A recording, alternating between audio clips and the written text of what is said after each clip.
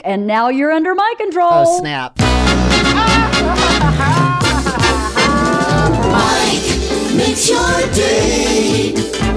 He brings you the world, the stars and the songs. Mike makes your day. Confessions.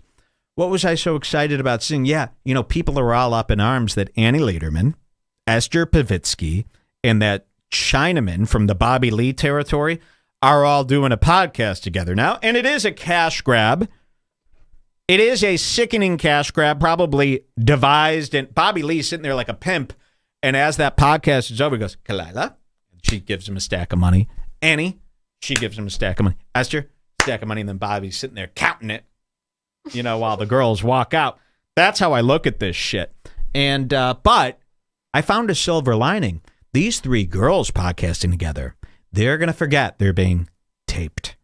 That's how girls get when it's only girls talking and there's no guy with a camera. There's no guys there. You accidentally tell someone you don't even know your entire life story. Yeah, like Jules could be talking to some strange girl and then they get into this girl clicking nonsense thing where they're just fucking saying all this nonsense. We might get some good scoops about the male comedians that we hate because these girls are going to get too comfortable.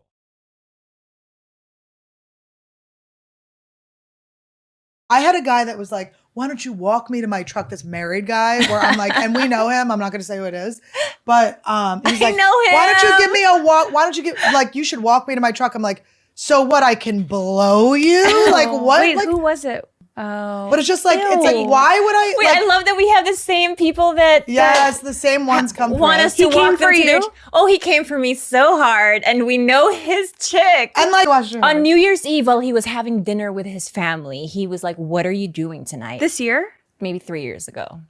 He was like, "What are you doing tonight?" I was like, left him on red. But he he knows knows I hate that I'm with my in-laws right now. Do you want to go? He did that to me. So wait, we walked to my car. I finished my spot being very good at comedy. You not being good at comedy. And then that's a clue. By the way, I don't want like to be seen with you. That's the biggest clue you could ever give. And like, so you're. I showed him all of these text messages and DMs on Twitter, and not even slightly perturbed. He was just like, "Oh yeah, like he's a dickhead." Like so unbothered and so like trusting of the situation where he was like, oh yeah, like he could never have you.